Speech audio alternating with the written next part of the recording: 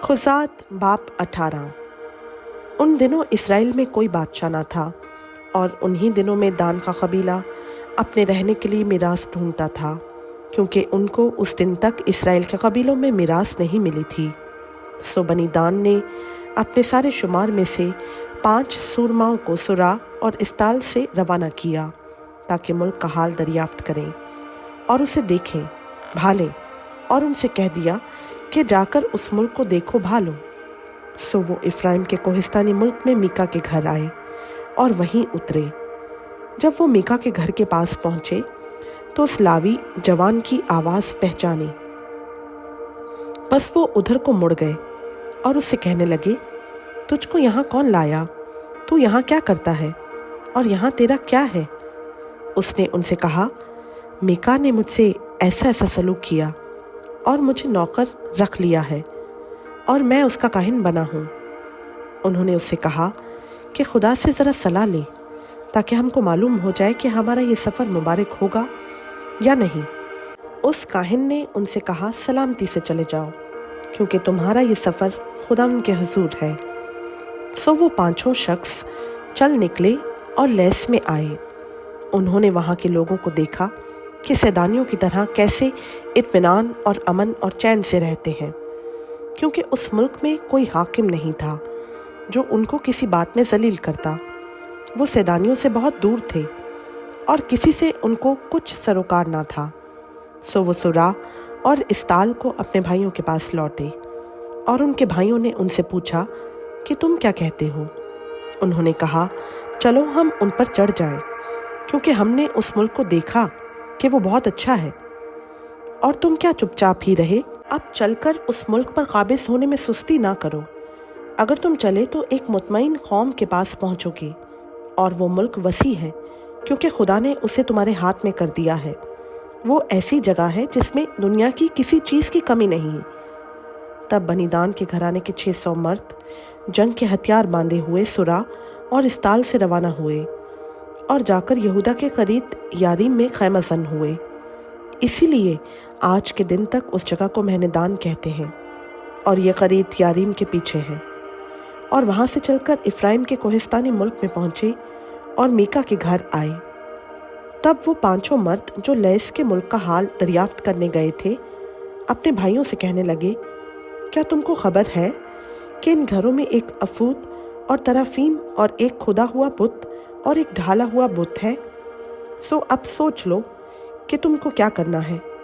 तब वो उस तरफ मुड़ गए और उस लावी जवान के मकान में यानी मीका के घर में दाखिल हुए और उससे खैर व आफियत पूछी। और वो 600 मर्द जो बनी दान में से थे जंग के हथियार बांधे फाटक पर खड़े रहे, और उन 5 शख्सों ने जो ज़मीन का हाल दरियाफ्त करने को निकले थे, वहाँ आकर खुदा हुआ बुत और अफूद और तराफीम और ढाला हुआ बुत सब कुछ ले लिया। और वो काहिन फाटक पर उन 600 मर्दों के साथ जो जंग के हथियार बांधे थे खड़ा था। जब वो मीका के घर में घुसकर खुदा हुआ बुत और अफूद और तराफीम और ढाला हुआ बुत ले आए, तो उस काहिन ने उनसे कहा, तुम ये क्या करते हो? तब उन्होंने उसे कहा, चुप रह, मुंह पर हाथ रख ले और हमारे साथ चल और हमारा बाप और काहिन बन। क्या तेरे लिए एक शख्स के घर का काहिन होना अच्छा है, या ये कि तू बनी इसराइल के कबीला और घराने का काहिन हो? तब काहिन का दिल खुश हो गया और वो अफूद और तराफीम और खोदे हुए बुत को लेकर लोगों के बीच चला गया। फिर वो मुड़े और रवाना हुए और बाल बच्चों और चौपायों और इस बाप को अपने आगे कर लिया। जब वो मीका के घर से दूर निकल गए तो जो लोग मीका के घर के पास के मकानों में रहते थे वो फराहम हुए और चलकर बनी दान को जा लिया, और उन्होंने बनी दान को पुकारा। तब उन्होंने उधर मुंह करके मीका से कहा, तुझको क्या हुआ जो तू इतने लोगों की जमीयत को साथ लिए आ रहा है? उसने कहा, तुम मेरे देवताओं को जिनको मैंने बनवाया और मेरे काहिन को साथ लेकर चले आए। अब मेरे पास और क्या बाकी रहा? सो तुम मुझसे ये क्यों कर कहते हो कि तुझको क्या हुआ?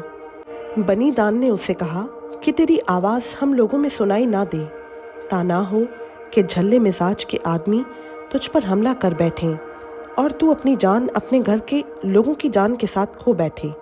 सो बनी दान तो अपना रास्ता ही चलते गए اور جب میکا نے دیکھا کہ وہ اس کے مقابلے میں بڑے زبردست ہیں تو وہ مڑا اور اپنے گھر کو لوٹا۔